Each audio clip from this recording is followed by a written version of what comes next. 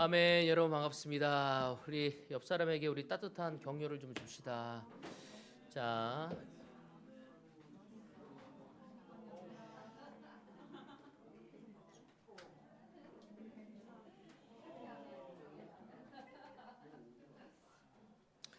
아멘. 격려를 좀 나누셨습니까? 5월이라서 그런지 몰라도 자연을 통해 굉장히 많은 격려를 받습니다. 여러분의 삶에 있어서 가장 큰 기쁨이 되는 게 무엇입니까? 가장 큰 기쁨이 되는 게 뭐예요? 네, 네? 뭐라고요? 네? 주님이어야 합니다. 하나님이 가장 기쁩니다. 아멘. 또 여러분, 요즘 여러분의 삶에 있어서 예쁜 꽃을 보는 게 너무 기쁘다. 또 대답을 안 하세요, 여러분. 네? 한번 생각해 보세요. 네? 오늘 하루가 나에게 주어졌다. 하루가 시작되어진 것이 나에게 가장 큰 기쁨이다.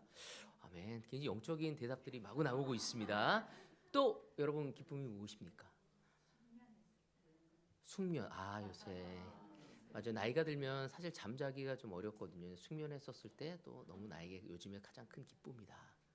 또 있습니까? 계약했었을 때. 여러분 한번 생각해 보셨으면 좋겠어요. 요즘 나는 뭐가 나한테 기쁨이 되지? 근데 때로는 우리의 삶을 살아다 보면 우리는 우리의 삶의 기쁨보다는 문제에 초점이 맞춰집니다. 이야기가 많이 안 나온다는 건 뭐냐면요, 우리가 별로 그걸 생각하지 않는다는 거예요. 나에게 얼마나 삶의 큰 기쁨과 축복과 은혜가 넘치는지 그것을 생각하기보다는 우리가 해야 할 것, 그냥 생각 없이 무엇인가 스케줄에 의해서 살아갈 때가 있다는 것입니다. 저는 최근에 이번 5월이 제 결혼 기념일이었어요. 그래서 만으로 26년을 제 아내와 함께 시간을 보내왔습니다. 그걸 생각할 때 하나님께 너무 감사했어요. 26년이 지났지만 제가 아내를 너무 사랑하고 또 아내 또한 저를 존경해주고 사랑하는 이 삶을 생각할 때 무엇보다도 하나님께 감사와 찬양을 돌리고 싶었어요. 제 주변을 둘러봤었을 때 그리스도인이 아닌 친구들을 봤을 때 이혼한 친구들이 너무 많았어요. 사실은 그걸 보면서 26년 동안 우리가 서로를 사랑하고 존중하고 정말 끝까지 사랑하고 더 큰 사랑과 정말 이렇게 행복을 기대할 수 있는 것은 굉장히 큰 축복이라는 생각을 하게 되었습니다. 최근에 또한 제가 저와 디체인 관계인 친구들과 함께 디타임을 보냈어요. 우리 상호 형제하고 함께 시간을 보냈는데 우리가 부부 디타임을 하다 보면 이제 부부 관계에 대해서 이야기를 나누잖아요. 그래서 물어봤어요. 상호야, 요즘에 너의 부부 관계는 어떠니까? 좋죠. 좋죠. 그래서 뭐가 좋아? 그랬더니 아이들이 이제 떠났고 이제 두 사람이 있어서 너무 좋대요. 그러면서 함께 운동하러 가서 운동도 하고 같이 기도도 하고 정말 그러면서 그 두 사람의 관계가 좋은 것들을 저에게 나눠줬어요. 그래서 제가 그 이야기를 들으면서 너무 감사했어요. 와, 하나님이 너무 놀랍게 이들의 부부 관계도 축복하고 있구나. 참 요즘에 제가 생각하는 게 뭐냐면 초지일관, 유종의 미 또는 시종여일, 이게 다 무슨 뜻이죠? 맞아, 처음과 끝이 한결같아야 함을 이야기하고 있습니다. 성경에도 이러한 말씀을 우리에게 하고 있습니다. 오늘 저의 제목은 광야를 지나 하나님의 자녀로 자라가라입니다. 이 말은 뭐냐면 광야를 지나서 하나님의 자녀로 자라라는 건, 성장하라는 건 뭐예요? 계속적으로 주님 안에서 살아가야 함을 이야기하고 있습니다. 부제로는 제가 뭐냐면 하나님은 우리를 포기하지 않으신다. 하나님은 우리를 계속 사랑하시고 내가 처음 선택했었을 때, 나를 선택했을 때 오늘 아니 씨의 그 자매의 그 성찬을 들으면서 하나님이 얼마나 놀랍게 우리 아니 자매를 통해서 놀라운 역사를 이루었는지 느낄 수 있었거든요. 근데 그것이 처음부터 지금까지 지속적으로 진행되어지고 있음을 이야기하고 있습니다. 이 말은 하나님께서 그녀의 삶에 계속적으로 함께 하시고 주관하시고 관여하신다는 것을 의미하고 있는 거죠. 오늘 이 시간도 하나님은 우리의 삶에 관여하기를 원하시고 우리를 돌보길 원하는데 오늘 우리에게 묻고 있는 거예요.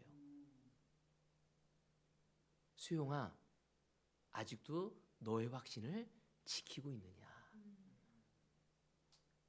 세희야, 아직도 너의 확신을 가지고 있느냐? 함께 히브리서 같이 보도록 하겠습니다.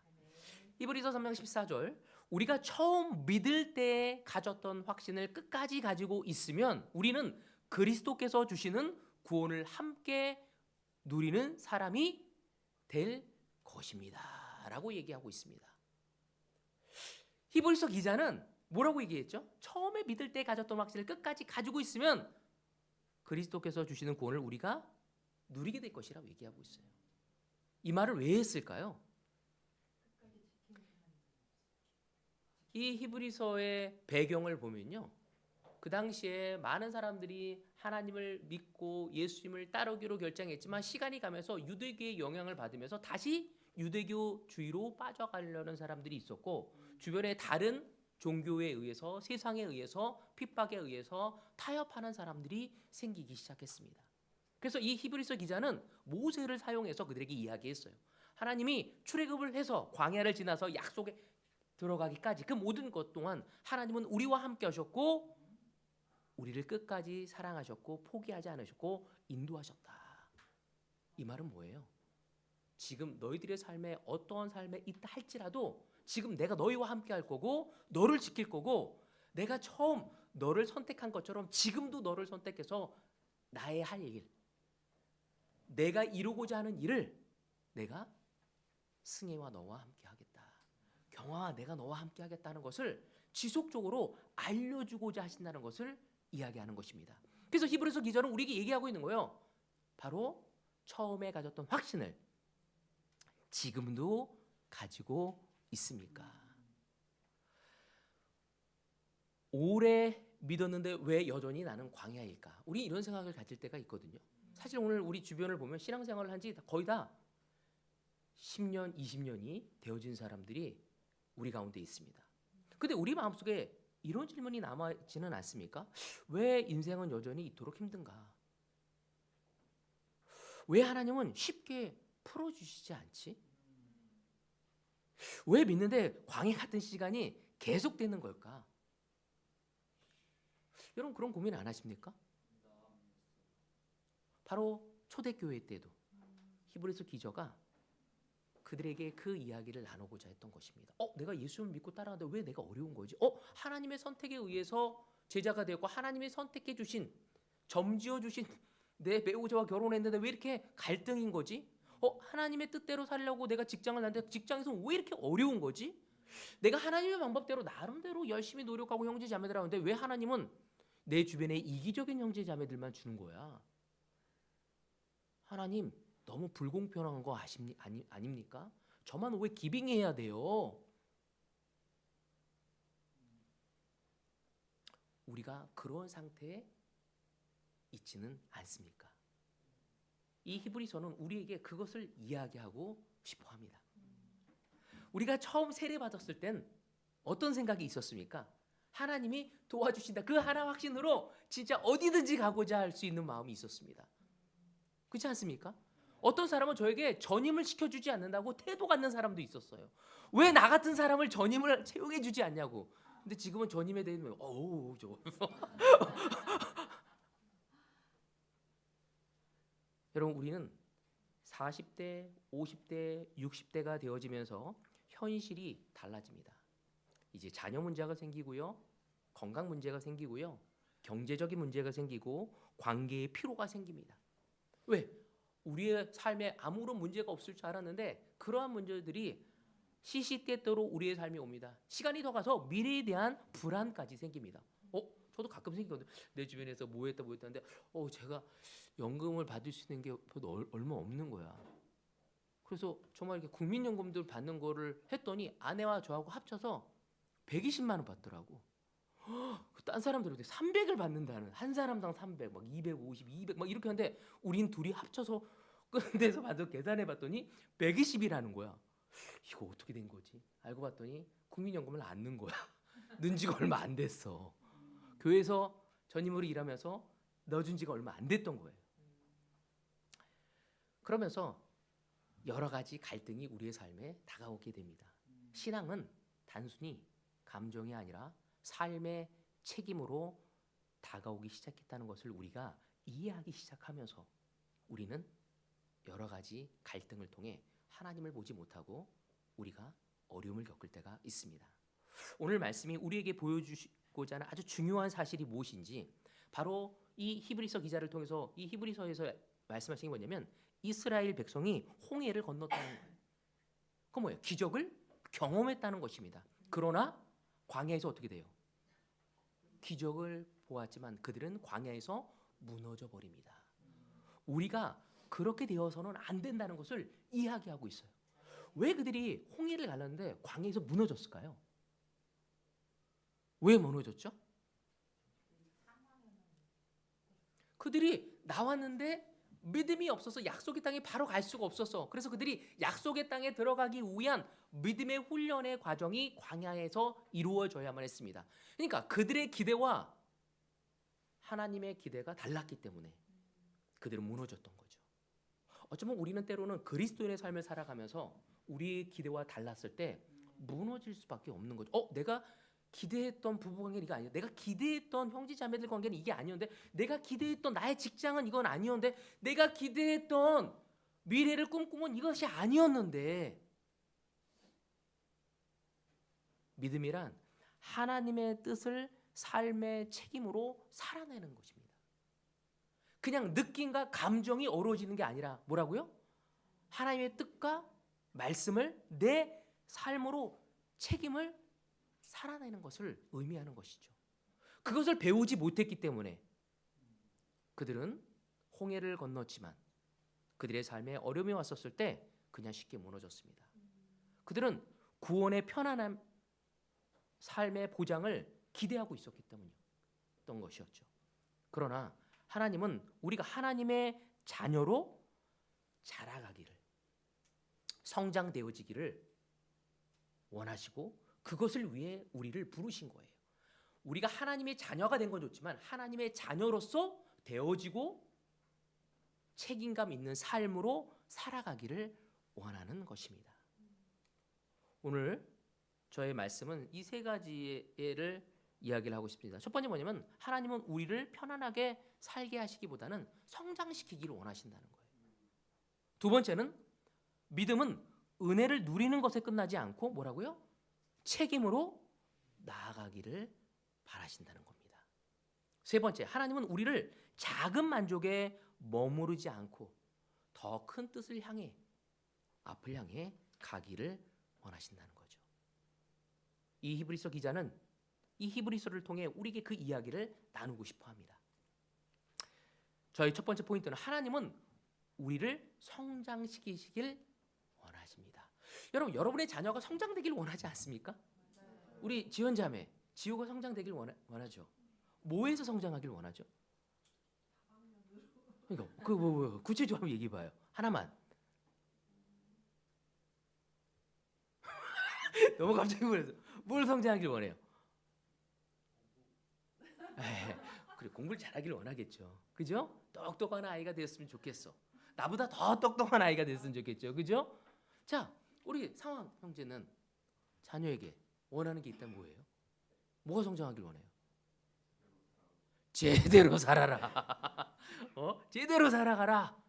우리 곧 있으면 우리 그 예원이가 예쁜 아이를 이제 출산하게 될 때 나오게 될 텐데 그 아이에 대한 성장하길 바라는 게 뭐죠? 튼튼했으면 좋겠다. 잘생겼으면 좋겠다. 그 잘생긴 건 두 사람의 얼굴을 좀 보면서 그 이상이 나오기 좀 어렵지 않겠습니까? 우리가 한번 생각해봐요. 저도 처음에 우리 민유와 다은이 났을 때 아무것도 가리지 않고 건강했으면 좋겠다. 그래서 저는 워낙 애 나왔을 때 그 아이가 정상적으로 나오지 않는 아이를 봤기 때문에 손가락 5개, 발가락 5개인지를 쳐봤어요. 태어나자마자. 그리고 처음에 우리 아들이 태어났는데 응애 하고 태어나잖아요. 우리 아들은 소리가 안 나는 거야. 이게 뭔가? 다 나오면서 양수를 먹은 거야. 그래갖고 이래가지고 호수를 집어넣어갖고 막 그거를 간호사가 빼더라고요. 그랬더니 꼴락꼴락 그 태어나자마자 나온 게 막 기침을 하면서 그게 딱 끝나니까 막 이제 응애 하고 이제 울기 시작하더라고요. 이처럼 우리가 우리의 자녀들에게 성장하길 원하는 것처럼 지적에 있어서 감정적인 거에 있어서 정신적으로 또 육체적으로 바르게 성장하길 원하시는 것처럼 하나님 또한 우리에게 그것을 원한다는 것입니다. 동진아, 너가 바르게 성장하길 원해. 너의 진실에 있어서, 너의 열정에 있어서, 너의 겸손에 있어서, 너의 인내에 있어서, 너의 사랑에 있어서, 너의 솔직함에 있어서, 네가 다른 사람에게 먼저 다가슴에 있어서 모든 부분에 있어서 내 자녀로서 성장하기를 원하신다는 것입니다. 이스라엘 민족이 애굽에서 이집트 땅에서 나왔지만 여전히 몸은 나왔지만 마음은 남아 있었던 것입니다. 그 습성, 식민지 습성이 그들에게 있었던 거죠. 문제는 몸은 나왔지만 마음이 변화되지 않은 것이었어요. 거기에서 배웠고 느끼고 깨달았던 그 습성 그대로 가지고 있었기 때문에 광야에 나가자 힘들어지자 그들은 불평하기 시작하고 그들의 생각대로 반응하기 시작합니다. 출애굽기 16장 3절입니다. 이스라엘 자손이 그들에게 항의하였다. 차라리 우리가 이집트 땅 거기 고기 가마 곁에 앉아 배불리 음식을 먹던 그때에 누가 우리를 주님의 손에 넘겨줘서 죽게 했더라면 더 좋았을 뻔하였습니다. 이 말이 돼요? 이 말이에요? 그런데 당신들은 지금 우리를 이 강야로 끌고 나와서 이 모든 회중을 다 굶어 죽게 하고 있습니다. 야, 내가 모세라면 진짜 그 지팡이 갖고 다니잖아요. 그냥 한 대씩 때려주고 싶은 마음이 너무 많았을 것 같아요. 이들은 애굽에서 비록 종살이였지만 익숙한 고통이었습니다. 애굽에서의 삶이. 광야는 불편하지만 하나님을 의지해야 하는 자리였어요. 사람은 본능적으로 익숙한 곳으로 돌아가려고 합니다. 그것이 설령 종살이라 할지라도. 저도 제자삼을 살아오면서 36년을 살아오면서 제가 영크리스찬 때 살아오면서 어려웠을 때 교회를 안 나가려고 하고 제자삼 안 살고 교회를 안 나갔어. 그때 제가 제일 먼저 한 게 뭘까요? 예전의 삶으로 왔어요. 예전 친구 만나고요. 다시 술 먹고요. 다시 담배 피고요. 여러분 혹시 여러분들이 못 지낼 때 그냥 예전의 삶으로 가려고 하고 있지는 않습니까? 예전의 방법대로. 여러분 우리도 이렇게 이스라엘 민족처럼 우리의 신앙생활을 오래 하게 되면서 이런 기도를 많이 합니다. 어떤 문제를 많이 하냐면 큰 문제 없이 살게 해주십시오. 자녀들만 좀 잘 될 수 있도록 이번에 대학 입시 좀 잘 될 수 있도록 도와주세요. 그리고 하나님 아무것도 바라지 않으세요. 그냥 조용히 지금처럼만 아무 사건 사고 없이 그냥 살아가게 해주십시오. 이런 기도한 적 없습니까? 저는 있습니다. 하도 문제가 많이 들어도 그냥 조용히 그냥 이렇게 잘 살아갔으면 좋겠어요. 사실 그것이 중요하지 않다는 건 아닙니다. 중요합니다. 그러나 하나님은 거기에서 멈추지 않기를 원해요. 우리가 단순히 편안한 사람으로 살아가는 것을 만족하지 않고 하나님의 자녀다운 사람으로 우리를 빚어가기를 원한다는 거죠. 우리 정미의 삶을 하나님은 하나님의 자녀로서 빚어가기를 원하는 거죠. 그 빚을 때 무엇을 통해 빚을까요? 그건 뭐냐면 참 아름다운 걸로 빚으면 좋겠는데 그 빚을 때는 꼭 내 남편의 모난 부분을 통해 빚어요. 내 아이들의 모난 부분을 통해 빚어요. 내 주변에 나하고 성격이 맞지 않은 상황을 통해 나를 빚어요. 경제적인 어려움과 갈등과 두려움과 그 많은 것을 통해서 우리를 빚어간다는 것입니다. 그래서 하나님은 이스라엘 민족의 광야를 허락했고 우리에게도 그 영적 광야를 허락하신 것입니다. 광야는 하나님이 버리신 자리가 아닙니다. 광야는 우리를 다듬어가고 훈련하는 자리인 것입니다. 여러분, 그렇다면 우리가 그 훈련하는 자리에서 뭐 해야 할까요? 기도가 깊어지는 자리입니다. 광야는. 그리고 자존심이 깨지는 자리예요. 내가 지금까지 믿었던 것. 때로는 저는 30년 동안 제자 삶을 살아와서 내가 믿었던 20년, 30년 동안 따라왔던 걸 무너뜨려야 돼.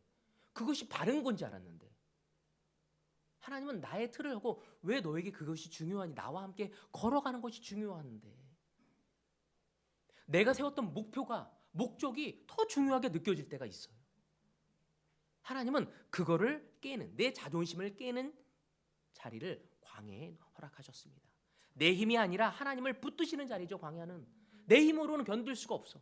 그래서 요즘에 제가 디타임 할 때마다 저와 함께 나누는 사람들한테 뭐냐면 내 힘으로 할 수 있는 게 아무것도 없어요. 그냥 기도해야 돼요. 순간순간 하나님께 의지해야 하고 감사해야 하고 그리고 주님이 나에게 허락하신 걸 최선을 다하며 그분을께 의탁할 수밖에 없습니다.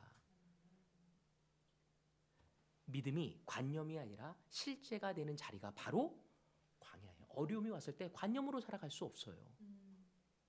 아이고라는 소리가 절로 나오기 때문에.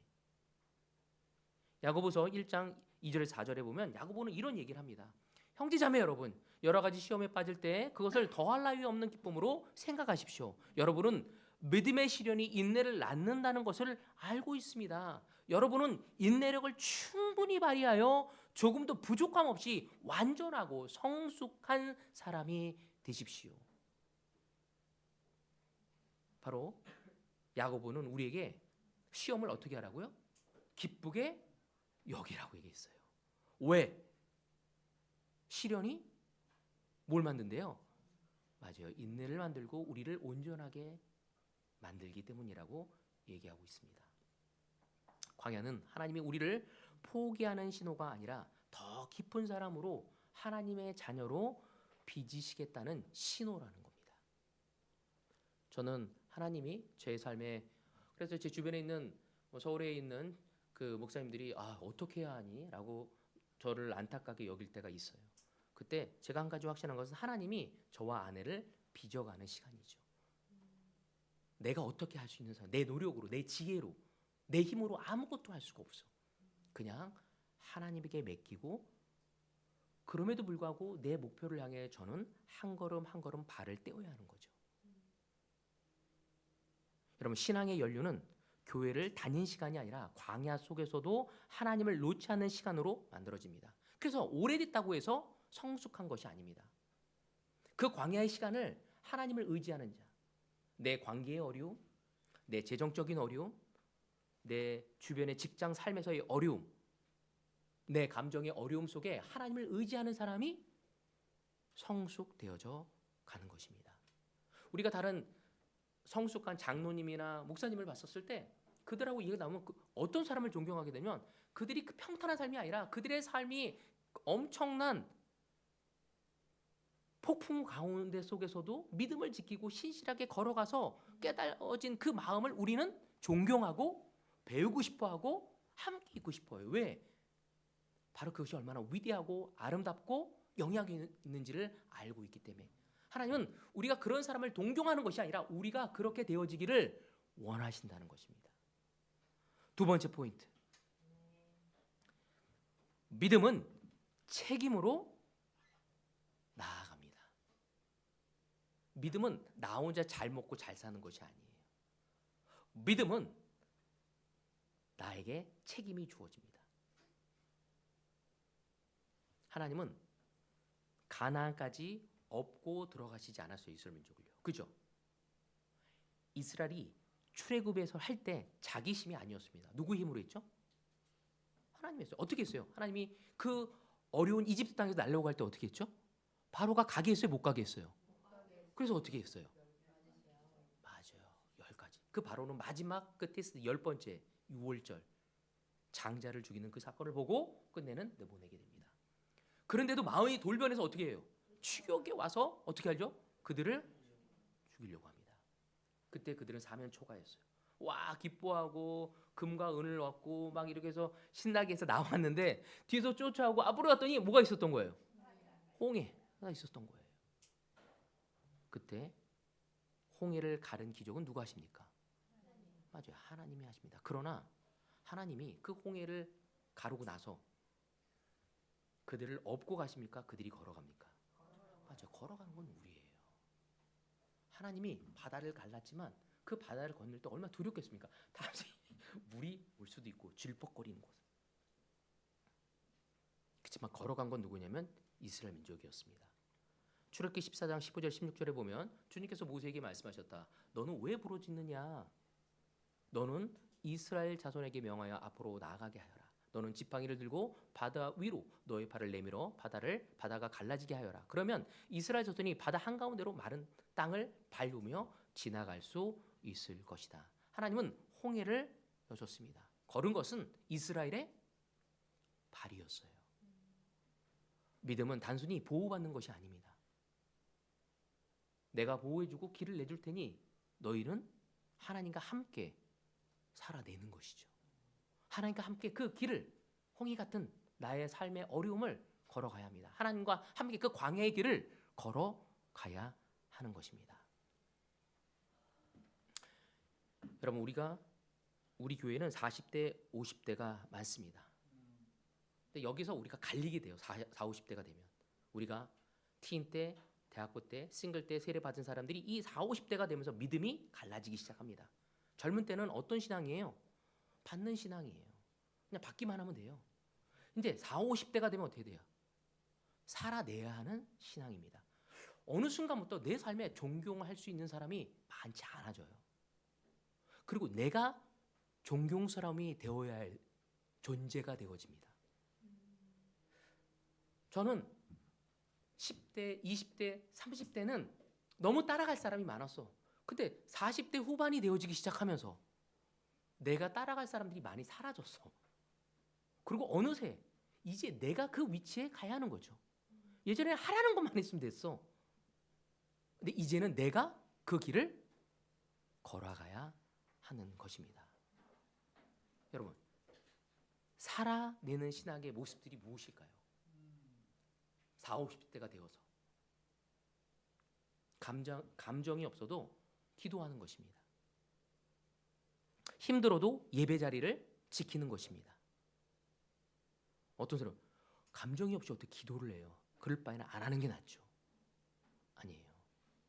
우리가 때로는 40, 50대가 되어서 우리의 믿음의 부족함을 느낄 때가 있습니다. 갈등이 와요. 그래도 우린 기도해야 합니다. 힘들어도 예배의 자리를 지켜야 합니다. 손해봐도 우리는 정직해야 합니다.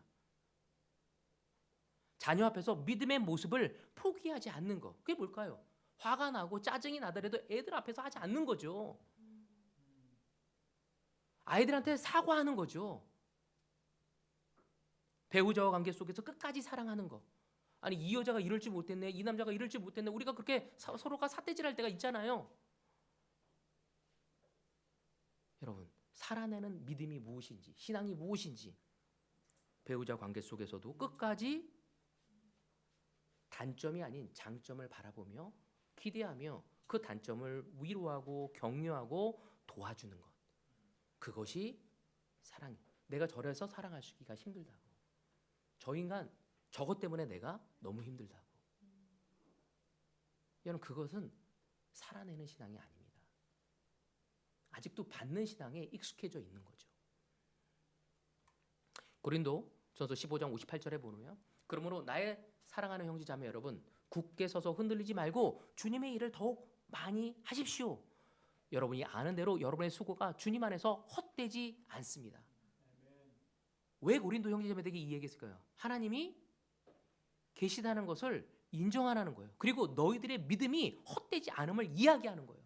내가 내 남편을 위해서, 내 아내를 위해서, 내 형제 자매를 위해서, 내 주변의 많은 친구들과 이웃들에게 복음을 전했는데, 마음을 전했는데, 사랑을 전했는데 왜 나의 부모님은, 왜 나의 육체적인 형제 자매들은 반응하지 않는 걸까?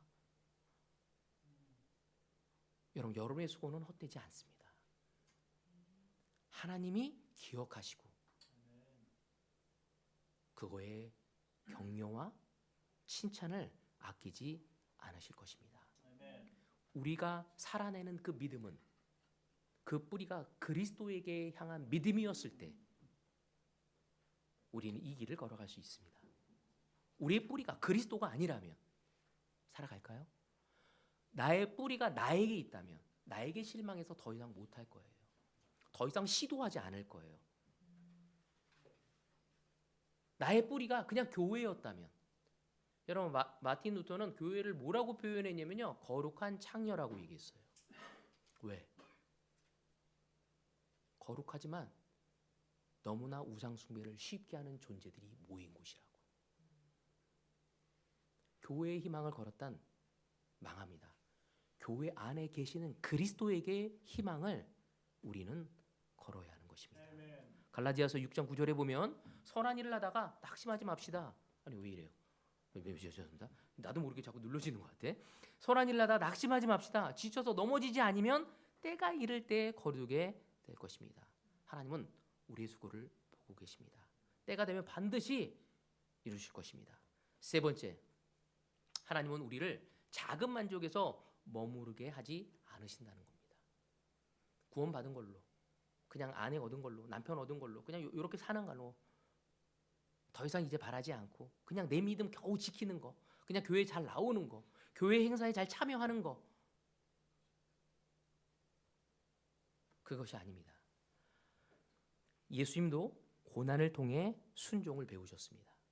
하나님의 아들인까지도 그렇게 배우셨죠. 이스라엘은 결국 가나안에 들어간 후에도 어떻게 되죠? 그 광야에서 배우고 나서 가나안 땅에 들어가서 어떻게 됩니까? 우상 숭배로 무너집니다. 왜일까요? 그들은 너무나 항상 쉬운 삶을 선택하려고 했습니다.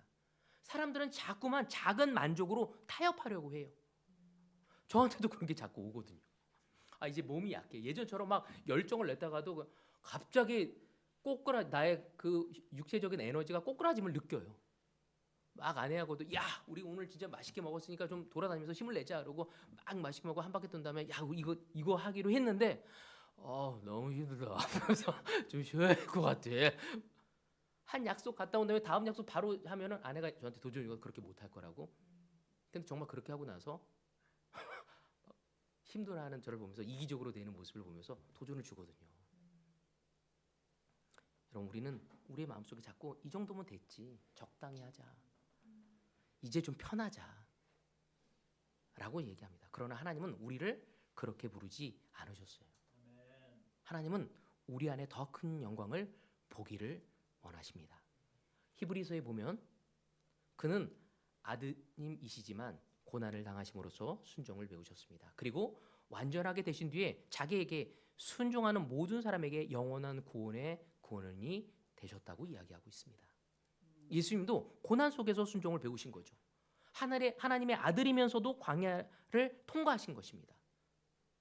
우리가 광야를 피하고 싶다면 예수님이 어떻게 그 길을 걸으셨는지를 봐야 합니다. 내 방법대로 편한 방법으로 가려는 것이 아니라 그 편한 방법은 이스라엘 민족이 약속의 땅에서 우상 숭배로 무너지는 모습이었어요. 왜? 하나님의 뜻은 그것이 아니었기 때문에. 하나님은 우리를 포기하지 않으셨습니다. 창세기 28장 15절에 보면 내가 너와 함께 있어서 내가 어디로 가든지 너를 지켜주며 내가 너를 다시 이 땅으로 데려오겠다. 내가 너에게 약속한 것을 다 이루기까지 내가 너를 떠나지 않겠다. 이게 언제 한 말씀입니까? 야곱이 도망치던 광야 밤에 하나님이 그에게 말씀하신 것이에요. 왜 도망갔죠? 에서의 복을 가로챘어요. 미지의 세계, 원래는 에서는 뭐였어요? 활을 잘 쏘고 진짜 야성미 넘치고 활달한 사람이었지만 야곱은 어떤 사람이었어요? 집돌이였어요. 집돌이. 매일 숨어서 있고 조용하고 밖에 나가기를 원하지 않은 그런 자가 이제는 축복을 가르치고 축복도 가르치려고 하려는 마음도 없었는데 엄마가 하라고 해서 해가지고 야, 너 팥죽 끓여 해가지고 내가 잡으면 해줄게 한 다음에 턱 막 붙여갖고 했단 말이야. 그러고 와서 형이 막 죽이려고 하니까 엄마가 야, 너 도저히 안 되겠다. 너희 외삼촌 라반의 집으로 가거라. 막 가게 된 거야. 그러니까 집돌이였는데 밖에 나가니까 얼마나 무섭겠어. 거기까지 안전하게 갈 수 있는지, 거기에 뭐가 있는지 아무것도 보이지 않는, 축복을 받았긴 받았는데 이것이 어떻게 될지 그런 두려움 속에 있었을 때 하나님이 그에게 이야기하신 것입니다. 그리고 야곱은 그것을 20년 동안 지킵니다. 그 약속을 믿습니다. 근데 20년 동안 그의 삶은 결코 순탄하지 않았다는 거죠. 하나님은 우리의 가장 낮고 어두운 광야에서도 함께 하시고 계심을 우리가 알아야 함을 성경은 우리에게 이야기하고 있습니다. 로마서 8장에 보면 38절 39절에 나는 확신합니다. 죽음도 삶도 천사들도 권세자들도 현재일도 장래일도 능력도 높음도 깊음도 그 밖에 어떤 피조물도 우리 주 예수 그리스도 안에 있는 하나님의 사랑에서 끊을 수 없습니다. 바로 이것이 뭐예요? 복음입니다. 어떤 상황도 어떤 광야도 하나님의 사랑에서 우리를 끊을 수 없습니다. 절대로 하나님은 우리를 포기하지 않으신다는 거죠. 하나님은 절대로 우리 유신이를 포기하지 않으신다는 거죠. 피할 수 없어 유신아. 하나님은 저에게도 얘기했어요. 동진아, 너를 절대로 포기하지 않을 것이다. 하나님은 우리를 포기하지 않는 이유가 무엇일까요? 우리를 단순히 교회에 오래 다닌 사람으로 두시지 않기를 원하십니다. 우리를 하나님의 자녀다운 사람으로 세우시길 원하기 때문에 포기하지 않습니다. 여러분, 고난은 미움이 아니라 우리 안에 더 큰 사람으로 포기하지 않으시려는 그분의 사랑이라는 것을 우리가 알아야 합니다. 형제자매 여러분, 우리는 이미 올드입니다. 영적으로도 오래됐어요. 이제 간단한 설교 듣고 막 으아 막 이러지가 않아. 오늘 좀 했구나. 너 아주 관망하는 대세로 예전에 들은 레슨과 비교하며 할 수 있는 나이에 들어왔습니다. 그렇게 우리에게 신선하게 뭘 주기가 쉽지 않은 거죠. 하나님은 그런 우리를 포기하지 않으셨다고 했어요. 다시 우리가 어린아이 같은 마음을 갖고 그분의 말씀에 흥분되어지고 믿음을 갖고 우리의 첫걸음을 내딜 수 있는 우리가 되어지길 원합니다. 처음 시작했던 히브리서 3장 14절처럼 처음 믿을 때 가졌던 확신을 끝까지 가지고 있다면 하나님은 우리를 축복하실 것이고 하나님과 함께 그 구원에 이르도록 할 것이라고 이야기하고 있습니다.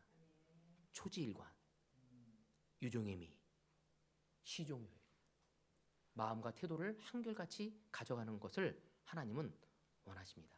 우리가 성경 공부할 때 예레미야 29장 봤잖아요. 그죠? 11절. 이성구 형제 뭔지 기억이 납니까? 와, 벌써 딱 나오잖아요. 굉장히 빨리 나오는 래퍼 같아.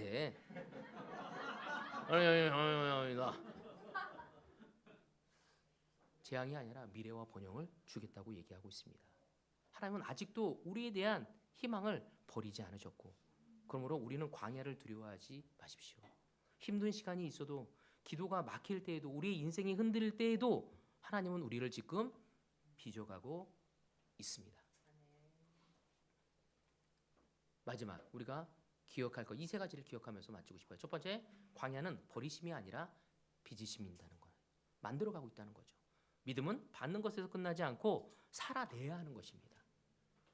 세 번째, 작은 만족에 머무르지 말고 더 깊은 자녀로 성장하기를 바라신다는 이 세 가지를 붙들고 오늘 이 하루, 이 한 주를 보내길 바라면서 오늘 말씀을 마치도록 하겠습니다.